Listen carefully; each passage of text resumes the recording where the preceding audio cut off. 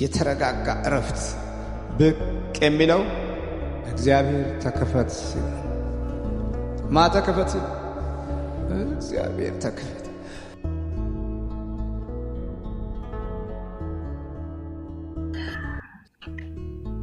እሺ ሁለተኛ ጥያቄ ልጠይቅ የምፈልገው የእናቴ ማለት ነው አያቷ የአባቷ እናት ባዳ አምልኮ ታመልክ ነበር ማለት ነው እና ድሮ ህፃን እያለው ቢያንስ 6ኛ ክፍል ምናምን እያለው በጣም ትንሽ ልጅ እያለው ማለት ነው እና አብሬ ሄድኩኝ ማለት ነው ከእናቴ ጋር እና ከእናቴ ጋር አብሬ ሄጄ እኔ ከልጆች ጋር እየተጫወትኩ ነው ማለት ምን እንዳረጉ አላቅም ግን ማስታውሰው እናቴ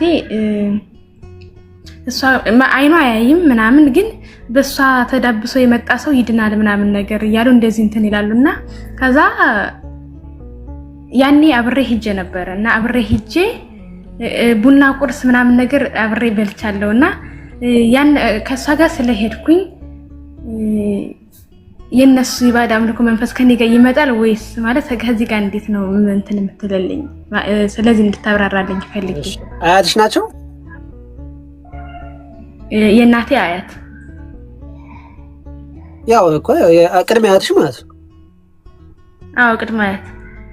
ቅድመ አያትሽ ወረድ የሚያመልኩ ከሆነ እኮ ወረድ አብሮሽ ተወልዷል እኮ ወረድ ዛሩ ማለት ነው። ለምሳሌ ምልሽ አንደኛ ነገር አብሮሽ ተወልዷል፣ ምክንያቱም እነሱ ስለሚያመልኩ ማለት ነው።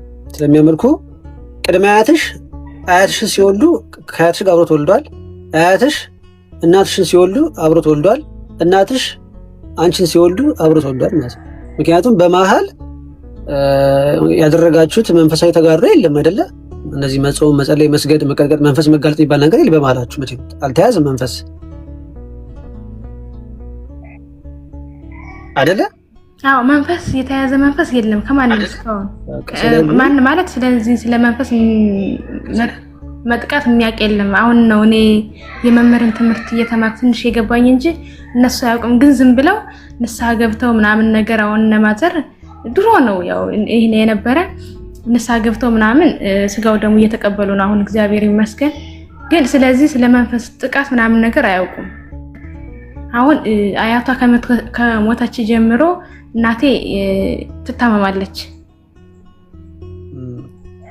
ግን እየታመመች ነው ንስሐ ገብታበት ምናምን ነገር ስጋው ደግሞ እየተቀበለች ነው። ግን ደግሞ በሽታው አለቀቃትም። ምክንያቱም ሲገበር ንስሐ ገብታ አንደኛ ማወቅ ያለብሽ ነገር ሲገበር የነበረ መንፈስ ዝም ብሎ አይለቅም። ሁለተኛ ነገር ስቲል አንቺም ልጅ እስከሆንሽ ድረስ አንቺ ላይም አለ ማለት ነው። ገብሻል? አንቺ ላይም አብሮ ተወልዷል። ስለዚህ ምናልባት እናትሽ እድሜያቸውን ገፋ ያሉ ስለሆኑ ምናልባት ለጸሎት ለስግደት ትንሽ የደከሙ ሊሆኑ ይችላሉ። ግን አሁን እሳቸው ላይ ሆኖ ያው እንግዲህ ግብሩንም ያጣ ስለሆነ አሁን ግብሩን ፍለጋ ምንም ነገር ሊያደርግ ይችላል። ገብሻል ምንሽ? ስለዚህ አንቺ ደግሞ የነቃሽ ከሆንሽ በርትተሽ ይሄንን ነገር እንትን መጋፈጥ ይኖርብሻል ማለት ነው። ምክንያቱም አንደኛ ይልሽ ማለት መሰለሽ ኦሬዲ የሚያመልክ ቤት ኦሬዲ እዛ ከሄድሽ ከዛሩ ጋር አብረሽ መወለድ ብቻ ሳይሆን የአመቺሳ ልጅም ልትሆኚ ትችላለሽ። ለአመቺሳ ሰጥተሽም ሊሆን ይችላል። ለሚያመልኩት ዛር አመቺሳ ሰጥተሽም ሊሆን ይችላል። ገብሻል ምልሽ? ስለዚህ ቁጠሪ ዝም ብለሽ አብሮሽ የሚወለደው ዛሩ አለ፣ ከዛ በኋላ ደግሞ እንትኑ አለ ማለት ነው። ለአመቺሳ ደግሞ አለ ማለት ነው። ስለዚህ ብዙ ጊዜ ስላለ ነው እንደዚህ የሚያመልኩ ሰዎች ያው እንደዚህ አመቺሳ የመስጠት እንትኑ ስላለ ማለት ነው፣ ልምዱ ስላለ ማለት ነው። ስለዚህ አንቺም ከዛ ሰለባ ምናልባት የምትተርፊ አይመስለኝም። ምክንያቱም ሁሉም የሚያደርገው ነገር ስለሆነ ማለት ነው። ሲጀመር ሁሉም ልጆቻቸውን እንዳለ ይሰጣሉ። የሚያመልኩ ሰዎች ልጆቹ እንዳለ አንተ ናቸው ጠብቅ ተብሎ ይላካል። ጠብቅ ተብሎ ይነገራል። እነሱ እንደ ጠባቂ ስለሚያስቡት ማለት ነው። እርኩስ መንፈሱን ጠባቂ ነው ብለው ስለሚያስቡ እንትን ነው ጠባቂ ብለው ስለሚያስቡ በቃ ሙሉ ልጆቻቸውን ይሰጣሉ ማለት ነው። ስለዚህ እናትሽም ኦልሬዲ ምናልባት የተሰጡ ሊሆኑ ይችላሉ። አንቺም ጭምር እዛ ኦልሬዲ ሄድሽ ደግሞ ሊሰጥም ትችላለሽ ማለት ነው። ሁለተኛ ደግሞ ምግብ ለመንፈስ መስዋዕት የሆነ ምግብ በልትሻል። በምግቡ ደግሞ የሚገባው በምግቡም አለ በምግቡ የሚገባውም አለ። ስለዚህ የቤተሰብ ጣጣሽ አለ ማለት ነው። ቁጭ ብላ እስካልተጋለጠ ድረስ አንቺ ላይ አለ ማለት ነው። ስለዚህ አሁን እኔ ማለት እኔ ብተጋና እኔ እነሱ ሳይማዘር ምናምን ሳይሰግዱ ሳይጸልዩ እንትን ቢሉ ከኔ ጋር መጋለጥ ይችላል ማለት እኔ እየተጋው ይሄን አንቺ ማሰው አንቺ አሁን ምንድን ነው የምታደርጊው? አንቺ እንዲጋለጥልሽ ሳይሆን አንቺ ብቻ ይሄን ነገር አውቀሻል። ስለዚህ አብሮ እንደሚያድግ ምናምን ነገር ይሄን ነገር ካወቅሽ አንቺ በጸሎት በርቺ። እግዚአብሔር የፈቀደው ሰው ላይ ነው የሚጋለጠው። በነገራችን ላይ እግዚአብሔር አንቺ ላይ ይጋለጥ ካለ አንቺ ላይ ይጋለጣል። ገብቶሻል ለምልሽ እናትሽ ላይ ካለ እናትሽ ላይ ይጋለጣል። እግዚአብሔር የፈቀደው ሰው ላይ ይጋለጣል። አንቺ ግን መብራት እንዳለብሽ በጸሎት በስግደት መብራት አለብሽ እና ይህ ነገር አውቀሽ እየቀጠቀጥሽ ምናምን በቃ እንትን ማለት አለብሽ። ምክንያቱም ዛር በጣም ብዙ ሺህ ሰራዊት ነው ያለው። ስለዚህ ሰራዊቱን ሸርሸረሽ ነው ከዛ በኋላ መጨረሻ እሱ ሲቀር እንትን የሚጋለጠው ማለት ነው። አንደኛ ነገር እሱ አንቺ ውስጥ ሆኖ በጣም ብዙ መተት ሊሰበስብሽ ይችላል። ምክንያቱም አንቺ ሰው ቀርበሽ እሱ እንድታመልጩ ስለማይፈልግ ምናልባት አብሮሽ የሚያገናኝ ሰዎች ሁሉ ለሱ የተመቹ የቀለሉ ሰዎች ሊሆኑ ይችላሉ። ስለዚህ ምናልባት መተትም ይኖርብሻል። ገብሻል። የዛር መንፈስ ያለበት ሰው አብዛኛው ከቤተሰብ እንደዚህ ተዋርሶ የመጣ መንፈስ ያለበት ሰው አብዛኞቻችን የመተት ተጠቂ ነን። ምክንያቱም ይሄ ዛሩ ከአንቺ ላይ የተነሳ ሰዎች ላይ ያረፈ ሰዎች በጥላትነት እንዲነሱብሽ ያደርጋል ማለት ነው። ከዛ በኋላ ያ ሰው የነዛ ሰዎች መተት ሊልኩብሽ ይችላሉ። በቡዳ ምን ላስበላሽ ይችላል። እንደዚህ ነገር ስላለ መፍትሄው ቀጥታ ጸሎትና ስግደት መጀመር አለብሽ ማለት ነው። ዋናው ነገር። እሺ አመሰግናለሁ። እግዚአብሔር ያክብር። አትፍሪ ምንም እንታቴ አንቺ ጋር ምክንያቱም አንቺ ዋናው መንቃት ስለሆነ የሌሎችን አታስቢ። አንቺ መጀመሪያ ራሽ ጠንክረሽ አብርተሽ ከዛ በኋላ ነው ደግሞ ወደ ቤትሽ የሚካሄደው ማለት ነው። እና አንቺ ገና እንደዚህ ወጣት ሆነሽ አንቺ መንቃትሽ በጣም ተመስገን ነው። አንድ ነገር ነው። አንቺ በደንብ በርቺና እንትን በይ። ነገ ዛሬ አትበይ። ጸሎትና ስግደትሽን በደንብ ጀምሪ። እግዚአብሔር ያለ ቀን እንግዲህ እሱ ያጋልጠዋል ማለት ነው። እግዚአብሔር እንግዲህ እስኪ እሱ ያግዘኝ፣ እናንተም በጸሎታችሁ አስቡኝ። የተሰላተ ይብላችሁ። አሜን። በተጨማሪ ደግሞ በደንብ ትምህርት ተማሪ መምህርም በጣም ብዙ ትምህርቶች ገጠመኞችም በደንብ አቅርበዋልም አስተምሯልም። በደንብ አውርቷል። በደንብ ተማሪ ያዘረሽ ተማሪ በደንብ ለማረጋገጥ እንዲሆንሽ ከፈለሽ አንድ ትምህርት አንድ ነገር ላንብብልሽ ከመምህር መጽሐፍ ላይ። የዛር መንፈስ ይላል። ዛር የሚለው ከዘር የተወረሰ ከዘር የመጣ በዘር የሚሄድ ማለት ሲሆን ትርጉሙም ለሰው ዘር ተመሳሳይ ተፈጥሯዊ ባህሪ ያላቸው ሁሉ በዘር ውስጥ ማለፋቸውን የሚያሳይ ምልክት ነው። የዛር አጋንንትና ሰይጣን በቤተሰብ ውስጥ ሲመለክና ሲገበር ቆይቶ ከአምላኪዎቹ የሚወለዱት ልጆች ሁሉ መንፈሱ አብሯቸው ተወልዶ እና አድጎ መጨረሻ ላይ የእኔ ዘር ናቸው በማለት በኃይል ያርፍባቸዋል። ይሰማሻል አይደል? የመምህር ግርማ የባለ መያዝ መጽሐፍ ገባሽ? እስከተወሰነ ላበብልሽ። ከዛ በዚህ ረገድ ይልና በዚህ ረገድ ዲያብሎስ ልዩ የሆኑ በአራት የተከፈሉ እቅዶች አሉት ይላል። አንደኛ የሰውን ሕይወት ሙሉ ለሙሉ መቆጣጠርና መምራት፣ የሚሄድበትን አቅጣጫ መለየት፣ አቅጣጫሽን የምትሄጂውን ይለያል ማለት ነው። ሁለተኛ በከፍተኛ ፍጥነትና ግፊት እቅዱን ተግባራዊ ማድረግ። ይሄ ማለት ደግሞ እሱ በሚያስበው መንገድ ብቻ ነው አንቺ እንድትሄጂ የሚፈልገው። አንቺ መሄድ በምትፈልጊው መንገድ መሄድ አትችይም። እሱ የሆነ መንገድ ያዘጋጀልሽና በዛ የምትሄጂው ማለት ነው። አንቺ ደግሞ ያ መንገድ የራስሽ ይመስልሻል እንደማለት ነው ራሱ። ሶስተኛ የጥቃት አድማሱን ማስፋፋትና መገምገም። የጥቃት አድማሱን ማስፋፋት ማለት ለምሳሌ ቅድም እንዳልኩሽ ማለት ነው ከአንቺ ላይ ተነስቶ ሌሎች ሰዎች ላይ በማረፍ በአንቺ ላይ መተት እንዲያደርጉ ክፋት እንዲያስቡሽ በማድረግ አንቺ የማጥቃቱን ሁኔታ ያባብሰዋል ማለት ነው። አራተኛ ለጊዜው በአጥቂነት የሚጠቀምባቸው ሰዎች መሳሪያዎች በማድረግ የሚጠበቅባቸው ሰዎች መሳሪያዎች በማድረግ የኢኮኖሚ አቅም ማጎልበት፣ ክብርና ዝናን ማጎናጸፍ፣ ሌሎች ብዙዎች የሚጠፉበትን መንገድ ማመቻቸትና በተግባር መፈጸሙን ማረጋገጥ ነው ይላል። እነዚህ ከላይ የተጠቀሱት የሳጥናኤል እቅዶች ሲሆኑ አፈጻጸሙ የሂደት ውስጥ ሰብአዊ ፍጡር መረጃ እንዲያገኝ ምንም አይነት ፍንጭ አይሰጥም ይላል። ምክንያቱም መንፈሱ እንደዚህ እንደሚያደርግሽ ማለት ነው ምንም አይነት ምልክት ያሳይሽም። ግን በቃ አንቺ ኖርማል የራስሽ ህይወት ነው የሚመስልሽ፣ የራስ ኖርማል የአንቺ መንገድ ነው የሚመስልሽ እና አንዳንድ ጊዜ የሚገጥምሽ ፈተና ወይም ደግሞ የሚመጡብሽ መከራዎች ምናምን ነገር ኖርማሊ አንቺ አርገሻቸው ሳይሆን ወይም ደግሞ ፈጣሪ አድርጎብሽ ሳይሆን በውስጥሽ ያለው ራሱ ዛሩን ነው ማለት ነው። በጣም ይገርማል። በጣም ብዙ ነገር ነው ያሳለፍኩት። ያው እንግዲህ እዚህ ታውቂዋለሽ፣ ገብቶሻል። ያሳለፍሽው ስለምታውቂው ማገናኘት ነው። ለምንድን ነው እንደዚህ ሆንኩት፣ እንዴት እንደዚህ ሊሆን ቻለ ምናምን ትያለሽ። ምክንያቱም ምን አለ መሰላችሁ፣ አዎ ብዙ ሰዎችን ማለት የዛው ቤተሰብ አስነስቶብኝ በጣም ተሰቃይቻለሁ። ብዙ ነገር አሳልፌያለሁ። ያው ገባኝ። አሁን መጣልልሽ ያሰብኩት ነገር ምን አለ መሰለሽ፣ ሁላችንም ተወልደን በ40 ቀናችን አጋዕዝተ ዓለም ሥላሴ፣ በነገራችን ላይ አጋዕዝተ ዓለም ሥላሴ ሴት ልጅ በ80 ቀን ወንድ ልጅ በ40 ቀን እድል አለ። እድል የሚሰጠን በ40 ቀንና በ80 ቀናችን። ሁሉም ሰው እድል አለ። በነገራችን ላይ ሁሉም የማይዳላ በቃ የምንትን የማይል የማይፋረሽ ሁላችንም እኩል የሆነ እድል አለ ከአጋዕዝተ ዓለም ሥላሴ የሚሰጠን ማለት ነው። ግን ይሄ ዛር አይነጠላ ማለት ነው። ልክ እድላችን ሲሰጠን ጠብቆ እድላችንን ይቀብረውና እድላችንን ባዶ ኦና ሆነ እንድናድግ ያደርገናል ማለት ነው። ስለዚህ ሲገበርለት ሲመለክ የነበረ ስለሆነ በእኛ ላይ ስልጣን ያገኛል ማለት ነው። አሁን ልክ መምህራችን መጽሐፉ ላይ እንዳሉት ማለት ነው ኃይልና በገዥነት በእኛ ላይ ያድራል ማለት ነው። ስለዚህ አጋዕዝተ ዓለም ሥላሴ የሰጡሽን እድል ይደብቅና ያለ እድልሽ ያኖርሻል ማለት ነው።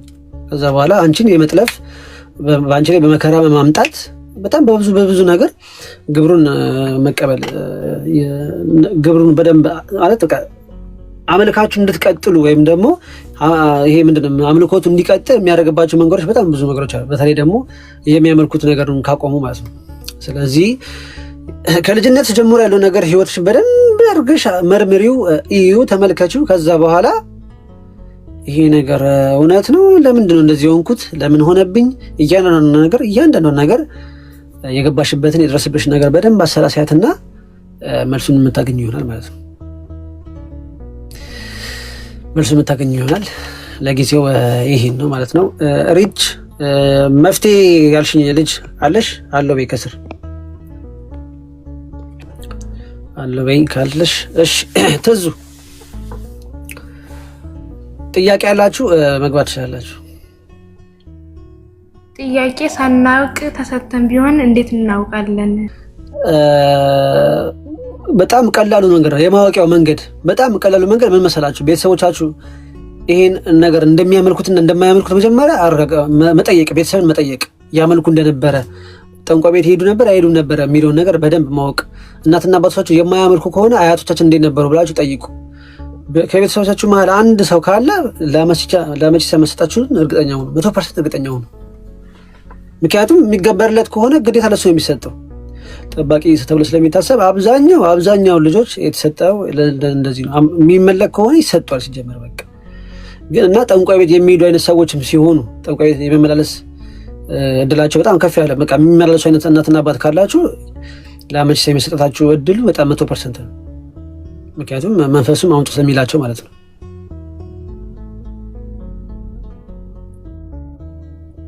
እና ህይወታችሁን ደግሞ ማየት ነው። በነገራችን ላይ በአመቺሳ ብቻ ሳይሆን አመቺሳ የእናንተ ፍቃድ አይጠይቅም። ለምሳሌ ለመስጠት ለእናንተ ፍቃድ አይጠይቅም። በቃ ዋናው ያ ሰው ሄዶ ይሄ ያንተ ነው ብሎ መስጠት ነው የሚጠበቅበት የቤተሰብ አካል ማለት ነው። ከስር ምንድን ነው የጻፈችልኝ? አንድ ከተወለድን በኋላ ሊይዘን ይችላል ማለት መንፈስ ነው የሚይዝሽ። ጥያቄውን ግልጽ አድርጊው፣ ዘርዘር አድርጉት ጥያቄው። ከተወለድን በኋላ አብሮሽ ሳይወለድ ከዛ በኋላ ምናምን። አዎ ለምሳሌ እንደ በቡዳ ሆኖ ገብቶ ከዛ አይነ ጥላ ሆኖ የሚቀመጥ መንፈስ አለ። ለምሳሌ እንደው ዛሩ እንኳን አብራችሁ ባይወለድ ማለት ነው ህፃን ሆናችሁ ምናልባት በቡዳ የገባ ዝም ብሎ በእንትን ምናምን የገባባችሁ መንፈስ አይነ ጥላ ሆኖ የመቀመጥ ቻንሱ በጣም የሰፋ ነው ማለት ነው። እንደ ቤተሰቦቻችሁ የመንፈሳዊ ትግል ነው እንግዲህ እንደ መንፈሳዊ ኑሮ ነው የሚለየው ማለት ነው። ቤተሰቦቻችሁ ጸላይ ሰጋጅ ምናምን ከሆኑ ምናልባት ይሄ ነገር የመቀረፍ እድሉ በጣም ሰፊ ነው የሚሆነው።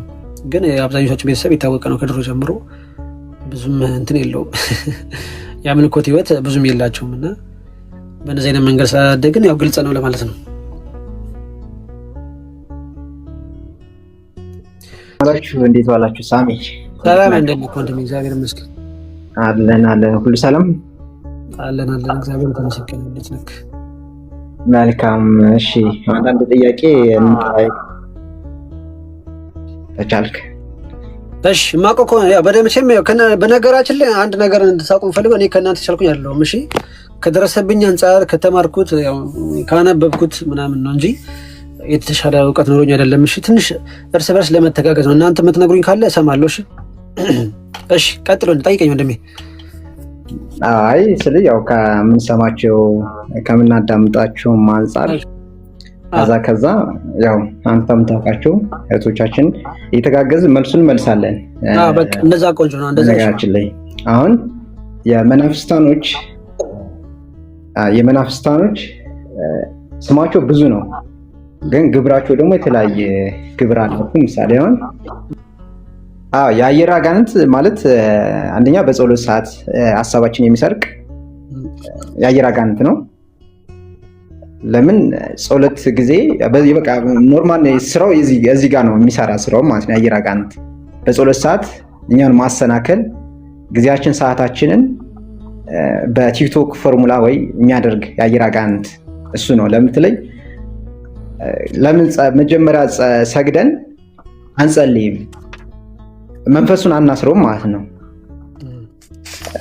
ለምትለኝ አሁን የአየር አጋንንት የሚያጠቃም በዚህ ጉዳይ ነው። አሁን ሀሳባችን ተሰረቀ፣ ሀሳባችን የሆነ ቦታ ሄደ ስንጸልይ ምናምን ይላሉ ሰምትቶንም ማለት ነው። ይሄ ማለት መጀመሪያ ቅድሚያ አልገሰጽነውም አላሰልነውም መንፈሱ ማለት ነው። የአየር አጋንንት ማለት በቃ ስለ ሀሳባችን ይሰርቀናል። እዚህ ላይ ነው ስለ ተገነዘብኩት ወይ ሲያስተምር የሰማሁት አንጻር ነው የሚጎዳን መንገድ ማለት ነው። መጀመሪያ ግን ሰግደን መጽሐፍ ቅዱስ ብናነሳ ሀሳባችን ይሰበሰባል፣ መንፈሱ ደግሞ ይታሰራል። መጨረሻ ላይም እንደዛውም ሰግደን ገስጸ ነው አመስግነን እግዚአብሔርን እንደዛ ሲሆን ይያዛል ማለት ነው። የአየር አጋንንት የሚያስቸግረን መንፈስ ማለት ነው። እንደዛ ያለ ነገሮች እዚህ ላይ ነው እኔ አጋጣሚ ደህና አድርጌ ልብ ያልኩት እንጂ ብዙ ነው የእሱ ስራ ማለት ነው። ያው መናፍስታኖች በነገራችን ላይ መናፍስታኖች አንድ ናቸው፣ ግን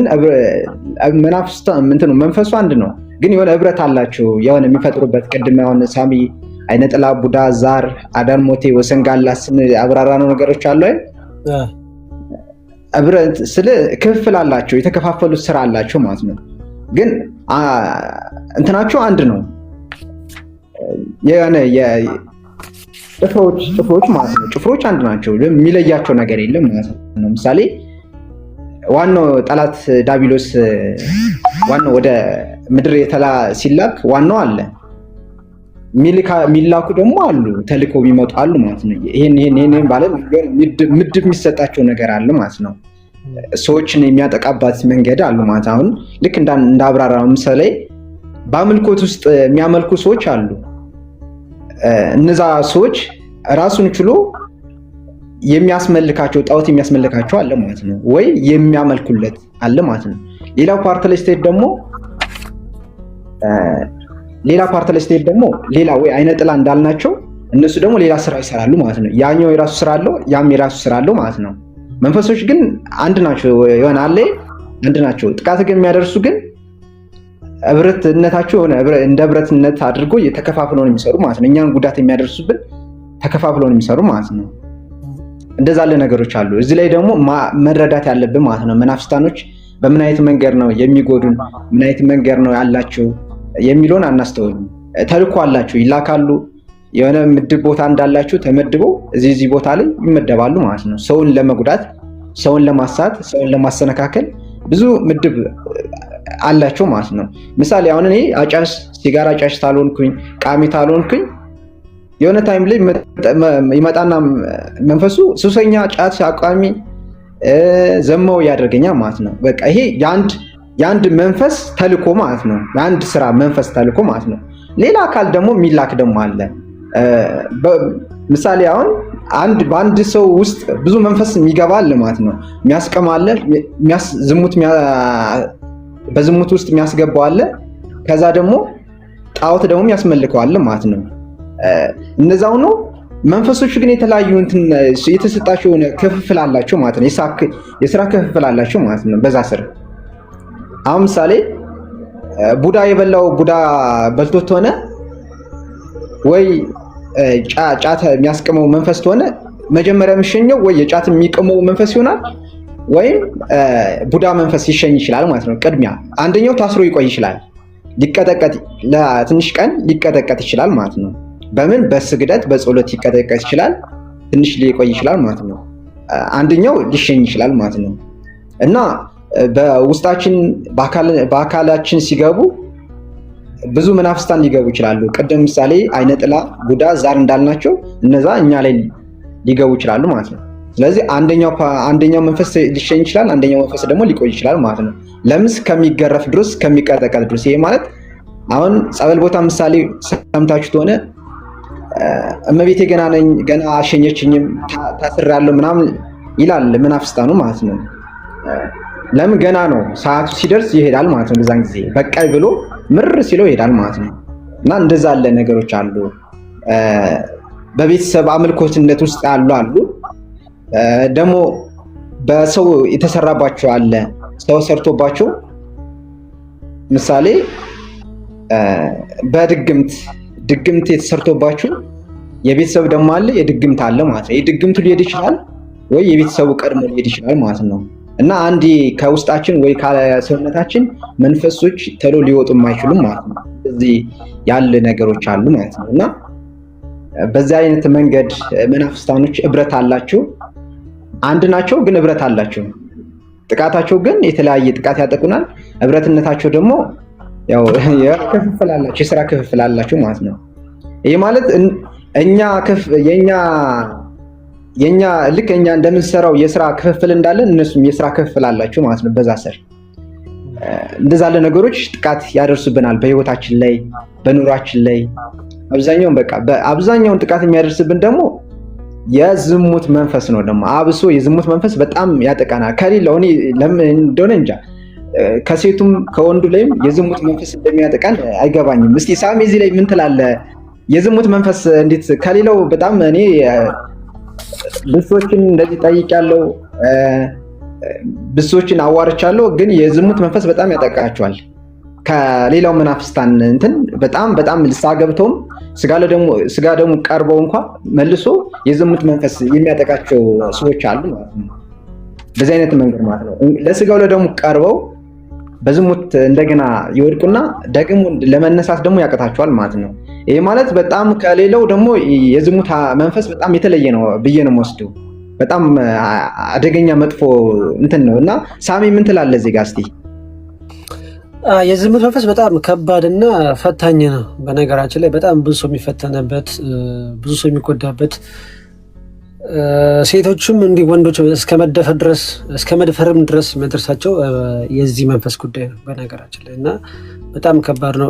እንግዲህ አይነ ጥላውን የተቀመጠውን መንፈስ እንደዚህ ይሄን መንፈስ የመሳብ አቅሙ በጣም ከፍተኛ ነው። ምክንያቱም የዝሙት መንፈስ በቀላሉ ሊጥለን ስለሚችል ማለት ነው። በጣም ከባድ መንፈስ ነው። እና ሞር የተባራ እንዲሆንላችሁ መምህር ግርማ ያሰፈሩ ጽሑፍ አለ። እሱ ለምብላችሁና ሞር ደግሞ በሱ ደግሞ ዲስከስ እናደርጋለን ስለ ዝሙት መንፈስ ማለት ነው። እንደዚህ አይነት እና ለብዙ ዘመን ያህል የካበተ የማስተሳሰብ ልምድ ያለውና የሰዎችን መልካም ጠባይ የሚያበላሸው አንዱ የዝሙት መንፈስ ሲሆን ዘወትር እንደ አዲስ ነገር አመልካች በመሆን ግፊትን በማጠናከር በልብ ውስጥ የሩካቤ ቅስቀሳ በማድረግና ሰዎች ዝሙትን እንደተለመደ ኖርማል ነገር አድርገው እንዲወስዱና ድርጊቱን በግልጽ በነውረኝነትና በድፍረት እንዲፈጽሙ ያነሳሳል። የዝሙት መንፈስ የእግዚአብሔር ለሰው ልጆች ከሰጠው ተፈጥሯዊ ጠባይ በማዛነፍና በማዛባት ቀደም ሲል እንደተጠቀሰው ሰዎችን በማስነወር ለተፈጥሮ ግብር ተቃራኒ በማድረግና በማርከስ ፍጹም የአመንዝራነትና የሴሰኝነትን ሰይጣናዊ ጠባይን ያወርሳል። ዛሬ በዓለማችን ላይ ያለው የተቃራኒ ቴክኖሎጂዎች በተለይ ኢንተርኔት አገልግሎት ከሰጠው አዎንታዊ ጥቅም በተጨማሪ በአሉታዊ መልኩ ሰዎች በዝሙት፣ በኮከብ ቆጠራ፣ በስነልቦናና በፍልስፍና ወዘተ መንፈሶች እንዲለከፉ ከፍተኛ አስተዋጽኦ አበርክቷል። እንዲህ በምድር ያሉትን ብልቶቻችሁን እንግደሉ። እነዚህም ዝሙትና እርኩስ ፍትወትም፣ ክፉ ምኞት፣ ጣዖትም ማምለክ የሆኑ መጎምጀት ነው። በእነዚህም ጠንቅ እግዚአብሔር ቁጣ በማይታዘዙ ልጆች ላይ ይመጣል እያለ ይቀጥላል ማለት ነው። አንድ 4 ነጥቦች አሉ። እነሱ ለንብብና ላብቃ ለመወያየት እንዲመቸን ማለት ነው። የዝሙት መንፈስ የመግቢያ አቅጣጫዎች ይላል። አብሮ በሚወለድ አጋንንት ዛር በውርስ በኩል ማለት ነው። አሁን ቅድም እንዳልኳችሁ ማለት ነው ዛር የዝሙት መንፈስ አብሮ የመዛመድ ወይም ደግሞ የመወለድ ቻንስ አለው ማለት ነው።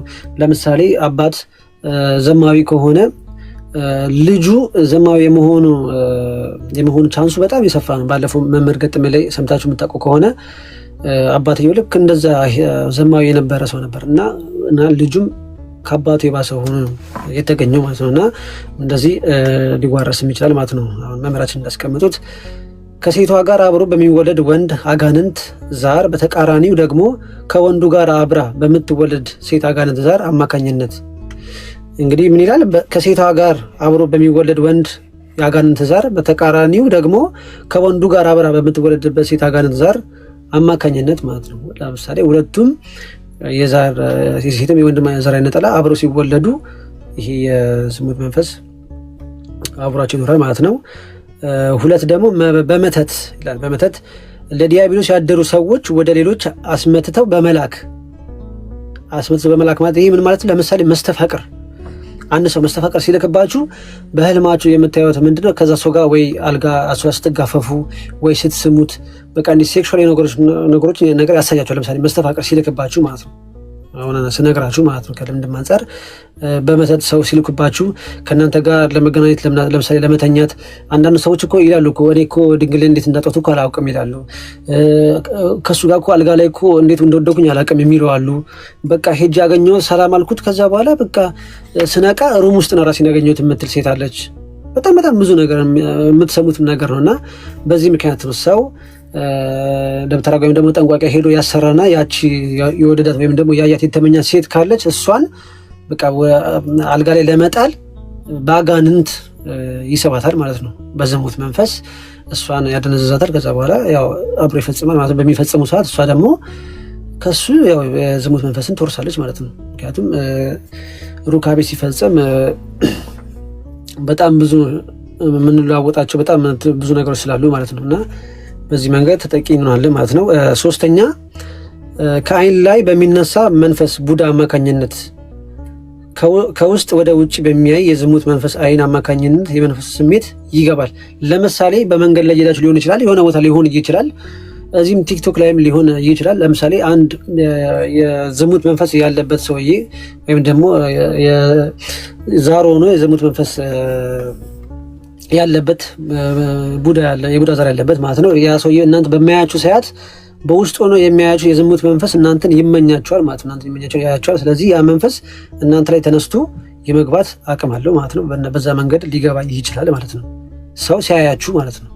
እናንተ ለምሳሌ ለዚህ ነው በነገራችን ላይ ሴቶች በጣም እንደዚህ የተከፋፈተ ነገር በተለይ ሶሻል ሚዲያ ላይ አንዳንድ ቦታዎች ላይ ሴትነታችሁን ጠብቃችሁ ሂዱ የሚባለው በዚህ ምክንያት ነው። እንደዚህ አይነት አይኑ ስለምትገቡ በዛ ሰው አይናችሁ ደግሞ በጣም በህልም በነገራችን ላይ እንደዚህ ራቆት የሚደንሱ ወይም ደግሞ እንደዚህ ወጥተው የሚደንሱ ሰዎች እኔ በህልማቸው ምን እንደሚያዩ ራሱ በጣም ነው ግራ የሚገባኝ። በቃ ወይ እንደዛ ፖስታ ወይ ደንሳ ጨፍራ ምናምን ነገር ስትተኛ ማለት ነው ሌሊት እማታውቀው ሰው መቶ ሲገናኛት ታያለች።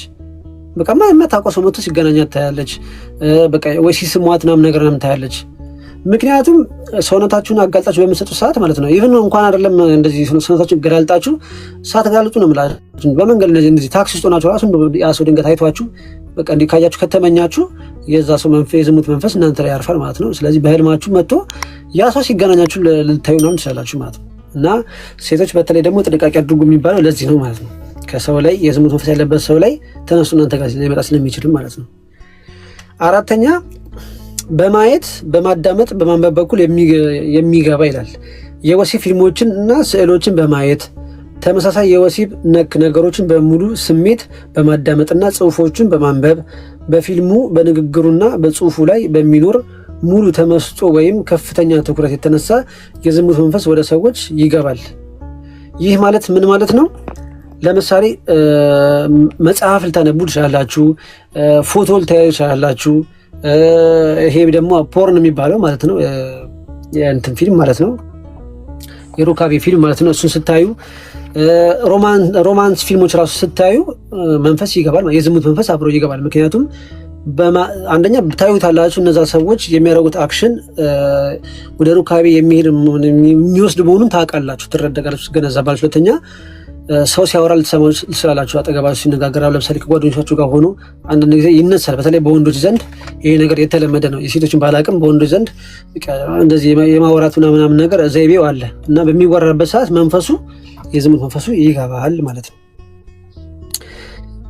እና በማንበብ ደግሞ የተባለ ለምሳሌ የስብሐት ገብረ እግዚአብሔር መጽሐፍ ያነበባችሁ ሰዎች የዝሙት ተጠቂ ነው የምትሆኑት። እና ምን ማለት ነው እሱ ብዙ ጊዜ የሚጽፈው ጽሁፍ እንደዚህ በጣም በቃ ባልተለመደ መልኩ በቃ ማለት የሴት አካል ክፍሏን የወንድ አካል ክፍሉን እየጠራ ምናምን ስለሆነ የሚጽፈውም ደግሞ በቃ እንደዚህ ያደረኳት እንደዚህ ያደረኩት እንደዚህ ምናምን እንደዚህ ነበረ እንደዚህ ተኛ ምናምን ስለሚል በቃ በመጽሔትም ሊሆን ይችላል በጽሁፍ ሊሆን ይችላል። ስታነቡ ያ ስሜት ቀስቃሽ አይነት ነገር ጽሁፍ በምታነበት ሰዓት በዛ ሰዓት መንፈስ ሊገባ ይችላል ማለት ነው።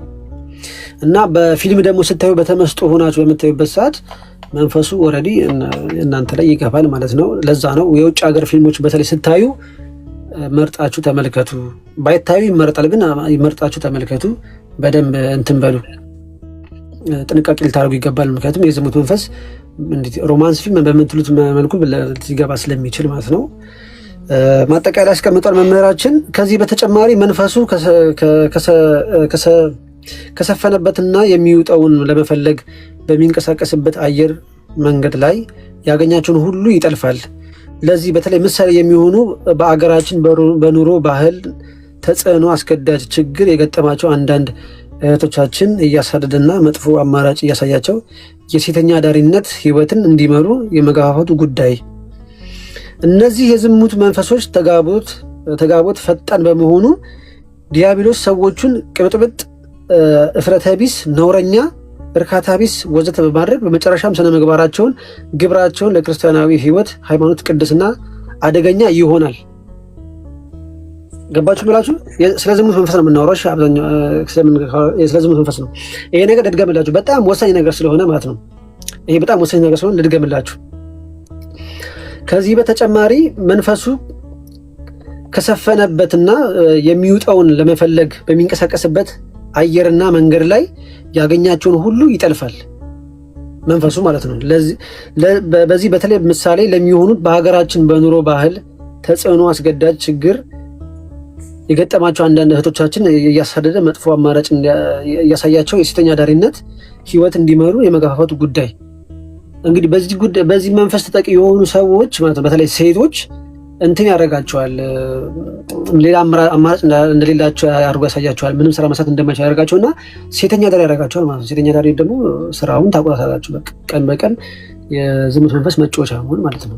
እየመጣ የሚገናኛችሁ ማለት ነው። ሴተኛ አዳሪ ስትሆኑ ማንንም ምን አትመርጡም። እንግዲህ ዋና ገንዘቡ ይክፈል እንጂ ማንም ከየትም የሚመጣ ስለማይጠየቅ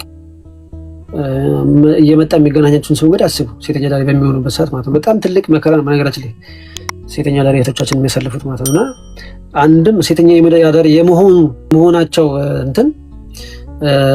የመሆናቸው ቻንስ በአንድ በዚህ በዝሙት መንፈስ የተነሳ ነው ማለት ነው። ሲቀጥል እንደዚህ ላይ የእነዚህ ዝሙት መንፈሶች ተጋቦት ማለት የሚሰራጭበት መንገድ ማለት ነው። የሚሰራጭበት መንገድ ፈጣን በመሆኑ ዲያብሎስ ሰዎቹን ቅብጥብጥ፣ እፍረተ ቢስ፣ ነውረኛ፣ እርካታ ቢስ ወዘተ በማድረግ በመጨረሻም ስነ ምግባራቸውን፣ ግብራቸውን ለክርስቲያናዊ ህይወት፣ ሃይማኖት፣ ቅድስና አደገኛ ይሆናል። ለምሳሌ እዚህ በትንሹ እዚህ ማህበራዊ ሚዲያ የምታውቋቸው ሰዎች በመደነስ ሰውነታቸው አካላቸው ምናምን በማሳየት የምታውቋቸው ሰዎች አንድ ጊዜ በዝሙት መንፈስ ይለከፋሉ። ያ መንፈስ ይገባና ምንድነው የሚያደርጋቸው? አንድ ያ መንፈስ ስለገባ ቅብጥብጥ ነው የሚያደርጋቸው።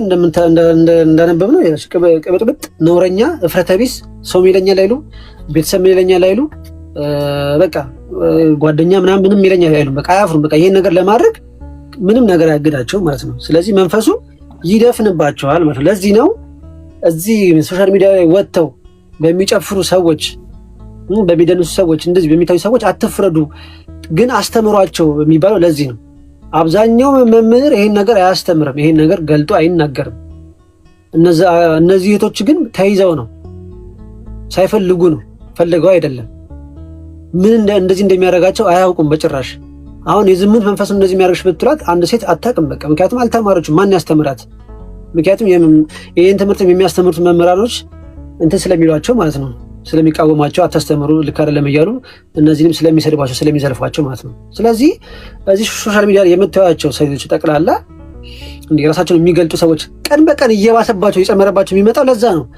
አስቡት፣ አንድ ቀን ተጋልጣ ወጥታ ሌላ ሰው እንግዲህ በጣም የተለያየ ሰው ነው የሚያያት። እንግዲህ ዛ ሰው በጣም የዛ ሰው ሁሉ የዝሙት መንፈስ በሚያርፍበት ሰዓት ለነገር እያዘጋጃት ነው የሚሄደው፣ እያበሰላት ነው የሚሄደው፣ እየጨመረ ነው የሚሄደው። የሚቀንስ ነገር የለም። በቃ ፍረተ ቢስነቱም እየጨመረ ነው የሚሄደው። አለማክበሩም በቃ ሁሉን እምነቱንም ባህሉንም የመርሳቱ ነገር በጣም እየጨመረ ነው የሚሄደው ማለት። ምክንያቱም መንፈሱ ስራውን እየሰራ እየተመቸቸ ነው የሚሄደው ማለት ነው። እና ከመንፈሳዊ ነገር እያራቀ ለመንፈሳዊ ነገር የማይመች አድርጎ ያስቀምጣታል ማለት ነው። ስለዚህ አሁን ላይ እህቶቻችን እየተጠቁበት ያሉት ነገር ይሄ ነው ማለት ነው። ችግሩ ይሄ ነው። ዛሬ እንደውም በጣም ጥሩ ርዕስ ነው ያነሳ ነው እና የዝሙት መንፈስ በጣም ቀላል የሚባል አይደለም ማለት ነው። በጣም ከባድ ነው። ብዙ ፈተና የሚያመጣ ነው። አሁንም የተፈጠረው ነገር እንግዲህ እንደምታውቁት እንደሰማችሁት ነው እና በአጭሩ በተጓዳኝ ይሄን ይመስላል። መጨመር የምትፈልጉት ነገር ካለ እድል ሰጣችኋለሁ። ጥያቄም ካለ እቀበላለሁ አሁን ማለት ነው። ወንድም የመጨመረው ነገር ካለ ጨምር። ግን መጽሐፉንም ትንሽ ቀጠል አድርጎ ካላችሁኝም አነበዋለሁ፣ ችግር የለውም። እሺ ወንድም የቀጠና ጥያቄ እንቀበላለን። እሺ ምን መሰለህ አሁን እንዳልከው እንዳብራረከው የዝሙት መንፈስ ማለት ከቄስ ከዲያቆናን ከመመን ጀምሮ ይሄ የሚገባ ነገር ነው። የሰው ፍጥረት ሁሉ በቃ የሰው ፍጥረት የተባለ ይፈተንበታል። አዎ እና ይሄ ስለ አለ ቅድም እንዳልካቸው በቪዲዮ በማየት ባለባበስ በማየትም ሰዎች በማየት የሚያስመኝ ነገሮች አሉ ማለት ነው። ይቀሰቅስብሃል። በቃ ያን ነገር ስታየው አይምሮ ላይ ይቀሰቅስብሃል፣ ይስልብሃል። ያንን ግንኙነት ምናምን ሩካቤው ምናምን እንትን ይልብሃል። ሰውነትህ እየተሰማው ይመጣል። ያን ነገር በቃ እየፈለግከው እየተመኘው ይመጣል ውስጥህ ማለት ነው። ገብቶሃል? ስሜቱ እየተሰማ ይመጣል። ያን ጊዜ ተጠቂ መሆንህን ማወቅ ትችላለህ ማለት ነው፣ በአንድም በሌላ መንገድ ማለት ነው። አዎ እሱም አለ። በልም እንዳልከውም በልም በጣም የሚያስቸግር ነገር ነው። እሱ ራሱ በልም ሊሆን ይችላል፣ በእውንም ሊሆን ይችላል፣ በህሊናም አብዛኛውን ጊዜ በህልም እየመጣ ይገናኛቸዋል። በነገራችን ላይ እንደዚህ በዝሙት መንፈስ የተበሉ ሰዎች የተያዙ ሰዎች አንድ ሰው አይቷቸው በዝሙት የተመኛቸው ካለ ያ ሰው በህልማ መጥቷ ሲገናኛት ነው ልታይ ትችላለች። ወይ ደግሞ ፍቅር ሲልክባቸውም እንደዛ እጅ ያወጣልና ሌላ ደግሞ ፓርት ጠይቃለሁ ማለት ነው። መልስ ስጣቸውና ሌላ ደግሞ ጥያቄ ያላችሁ ካላችሁ ቦታ እንትልና ጥያቄ መጠየቅ የሚፈልጉ ገስት የሚልኩ ካሉ ቦታ እየተቀያየርን ትምህርታችንን እንቀጥላለን ማለት ነው። እኔ ልውጣ፣ መግባት የሚፈልጉ ካለ ጥያቄያቸውን ተቀበል። ልውጣ ልክ ነኝ። ሊዱ ከስራ ተባለች። ነገሮች ሊስተካከሉልኝ ጫፍ ላይ ሲደርስ ይመሰቃቀልብኛል። ቤተክርስቲያን መሄድ እፈልጋለሁ ግን አልችልም፣ ከሰዎች ጋር ባደረኩት ነገር ያጠላኛል ብላለች እህታችን። ብዙ ጊዜ እድል ሲወሰድ ወይም ደግሞ እድልሽ ሲሰረቅ ብዙ ጊዜ እንደዚህ ነገሮች ያጋጥማሉ። ነገሮች ላይ ትሄጂና የተሳካ ይመስልሽና ነገሮች ይበላሻሉ ማለት ነው። በቃ አንቺ የምታስቢያቸው አንቺ የምታልሚው ነገር ሌላ ነው፣ የምትኖሪው ኑሮ ግን ሌላ ነው ማለት ነው። በቃ በተቃራኒ የጭንቀት መንፈስ በቃ በጣም ነው የሚለቅብሽ ማለት ነው። ምክንያቱም አንቺ መሆን የምትፈልጊውና ማድረግ የምትፈልጊያቸው ነገርና ግን በህይወትሽ ላይ የተደረጉ ያሉት ነገሮች ስለማይገናኙ ማለት ነው። ብዙ ጊዜ እድላችን የተወሰደብን ሰዎች፣ የእድል መተት የተደረገብን ሰዎች እንደዚህ ስሜት ውስጥ የምንሆነው ማለት ነው።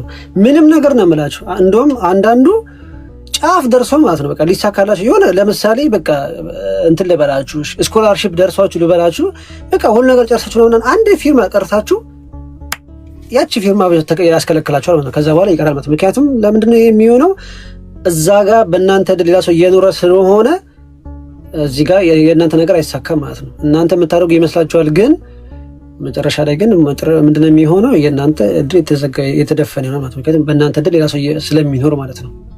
እና በህልማችሁም በጣም ብዙ ጊዜ የምታዩት ነገር ሊኖር ይችላል። እና እህቴ ምናልባት የእድል መተት ሊሆን ይችላል እንደዛ የሚያደርገብሽ ነገሮች ሊሳኩልሽ ጫፍ ደርሰው ምናልባት እንደዚህ እንትን የሚልብሽ ምናልባት ምልሽ ያው ተጋልጦልሽ እርግጠኛ ስላልሆንኩኝ ነው እንደዛ ምልሽ እና ግን መንስኤው ይሄ ሊሆን ስለሚችል የእድል መተት ሊሆን ስለሚችል ጸልይ፣ ስገጂ፣ እድሌን መዘጋጃልሽ ዛሬም ሊሆን ስለሚችል መበርታት አለብሽ ማለት ነው። እና ብዙ ጊዜ እንደዚህ አይነት ነገር ይፈጠራል የእድል መተት ያለብን ሰዎች ማለት ነው።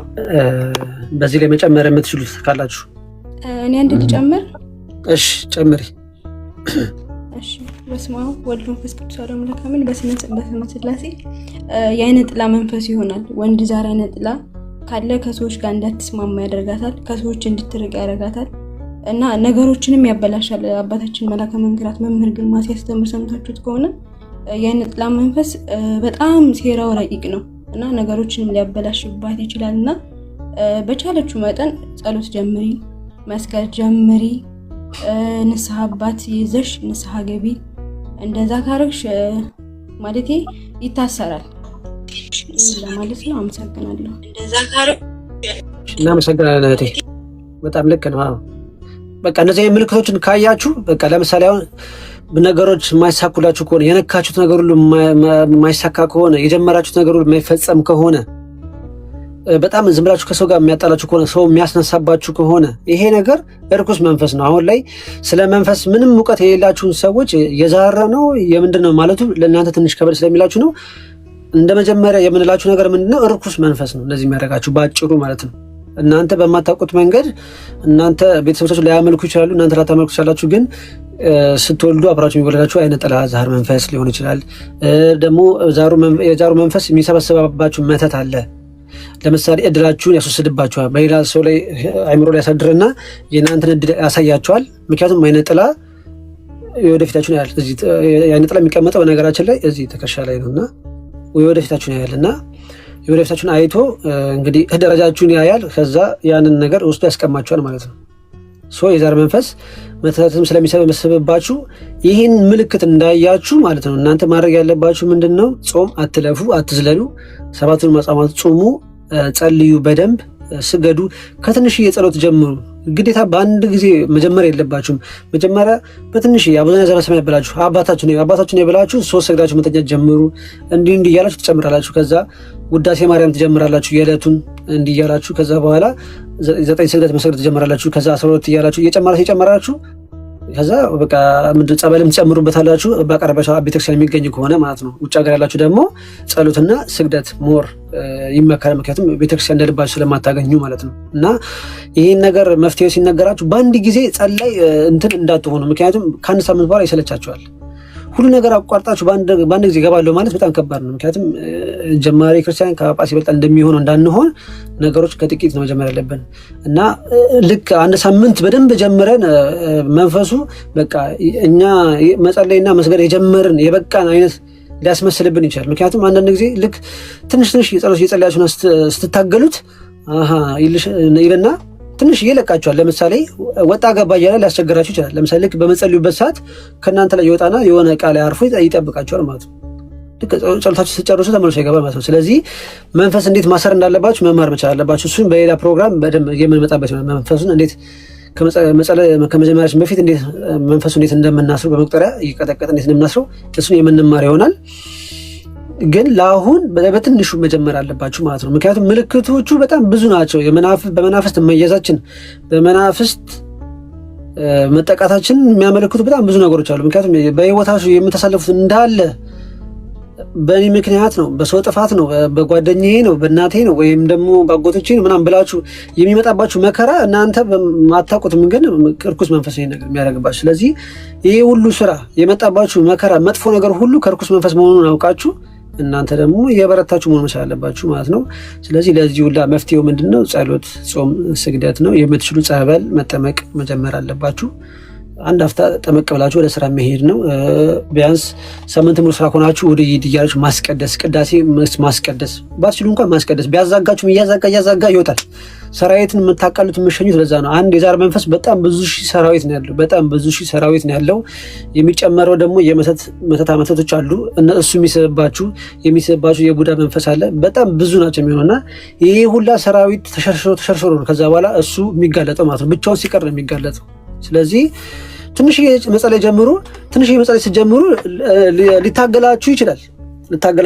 ፈተና ላይ መጣባችሁ ይችላል። ለምሳሌ ድንገት አሁን አረብ ሀገር የምትሰራ ሴት አሁን ትንሽዬ አሁን ይሄን ጸሎት ብትጀምር ከአሰሪዋ ጋር ልትጣላ ትችላለች። አሰሪዋ ዝም ብላ በቃ መጸቀጭቃት የምትነሳባት ልትሆን ትችላለች። እንዴ ድሮ እኮ እንደዚህ አልነበርኩም እኮ ለምንድን ነው አሁን ጸሎት ስጀምር እንደዚህ ሆኖ ኧረ እኔ ይቅርብኝ እንደዚህ ከሆነማ ብለው የሚያቆሙ ሰዎች አሉ።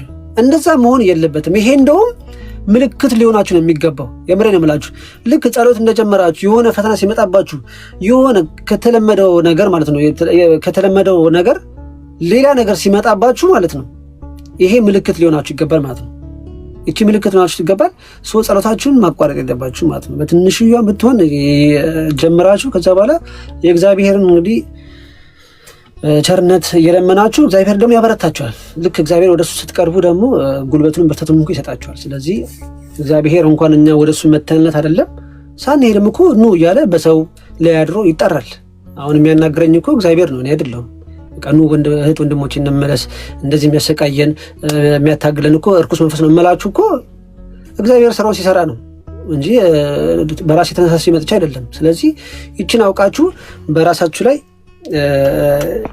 ምንድነው ለውጥ ለማምጣት በጣም መጣር መቻል አለባችሁ ማለት ነው። እናንተ ለራሳችሁ ካልጠነከራችሁ፣ እናንተ ለራሳችሁ ካልተነሳችሁ ሌላ ማንም ሳይነሳላችሁ እኔ አንድ ነገር መነግራችሁ ነገር ማለት ነው ለእናንተ ቆሞ የሚጸልይላችሁ ማንም የለም። የምሬን ነው የምላችሁ። ምናልባት አንድን ሰው በጸሎት አስበኝ በጸሎታችሁ አስቡ ልትሉ ትችላላችሁ። ያ ሳይጸልይላችሁ አያስባችሁም በጸሎት። ምክንያቱም የራሱ መከራ ስንት አለበት። ስለዚህ ለራሳችሁ ያላችሁ ተራሳችሁ ብቻ ናችሁ። ስለዚህ እግዚአብሔር ደግሞ ያግዛል፣ ይረዳል። መጀመሪያ ትልቁ ነገር ማመን ያለባችሁ ነገር እግዚአብሔር ጸሎታችሁን እንደሚሰማ ማወቅ አለባችሁ። የፈለገ ኃጢአተኛ ሁን፣ የፈለገ ምንም አይነት ሰው ሁን፣ እግዚአብሔር ጸሎትን እንደሚሰማ በፊቱ ከቆምክ እግዚአብሔር አንተ እንደሚያዳምጥ አንቺ እንደሚያዳምጥሽ ማወቅ መቻል አለባችሁ።